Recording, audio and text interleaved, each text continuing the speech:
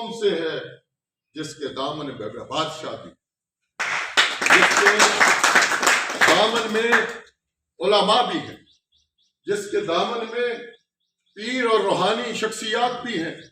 جس کے دامن میں بڑے بڑے شاعر بھی ہیں، جس کے دامن میں بڑے بڑے ادیب گزرے ہیں، بڑی بڑی شاعرات گزری ہیں، بڑی بڑی ملکائیں گزری ہیں۔ آج ہمیں فخر ہوتا ہے، آج ہمیں اپنے بچوں کو بتانے میں ایک احساس تفاخر ہے کہ ہم اس قوم سے تعلق رکھتے ہیں جس قوم نے صدیوں اس کرۂ ارضی پر حکومت کی ہے۔ ہم امیر تیمور کی نسل سے ہیں جس نے آدھی دنیا پر حکومت کی ہے۔ ہم بابر کی نسل سے ہیں جس کی نسل نے 350 برس برِ صغیر میں حکومت کی ہے۔ آج کراچی کے اندر کتنی ہی جگہوں پر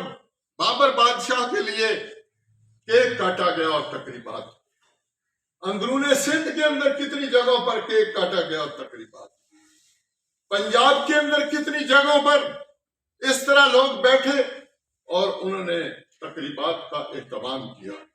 اور اسلام آباد کے اندر اور کے پی کے اندر، کشمیر کے اندر، گلگت بلتستان کے اندر، اور میں آپ کو یہ بات بتاؤں کہ جہاں جہاں پروگرام ہوا،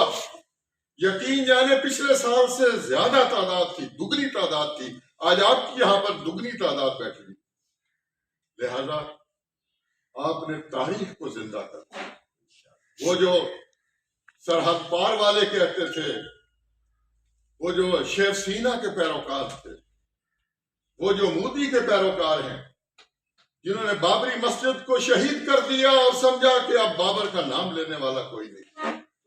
انہیں خبریں پہنچ رہی ہیں کہ نہیں، پاکستان کی مغل برادری جو ہے، اس کے بچے، اس کے جوان، اس کے بوڑھے، اس کی خواتین، وہ تو بابر بابر پکارتے بولتے۔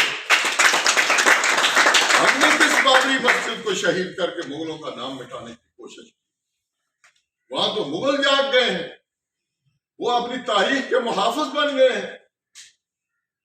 یہ آپ نے سنگ میل عبور کر دیا کہ آج آپ نے اپنا تعلق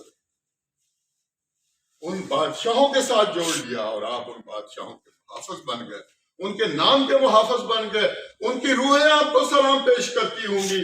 صدیاں گزر گئی، ان کا کوئی نام نہیں لیتا تھا۔ آج کوئی دن ایسا نہیں گزرتا جہاں پر ان کا نام لیوا، چرچے نہ لہراتا ہو،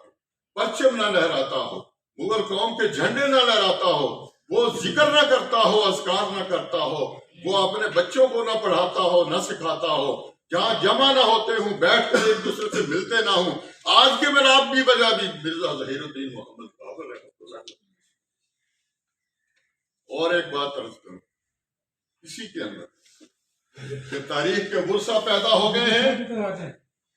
اور آپ کہتے ہیں تنظیمیں،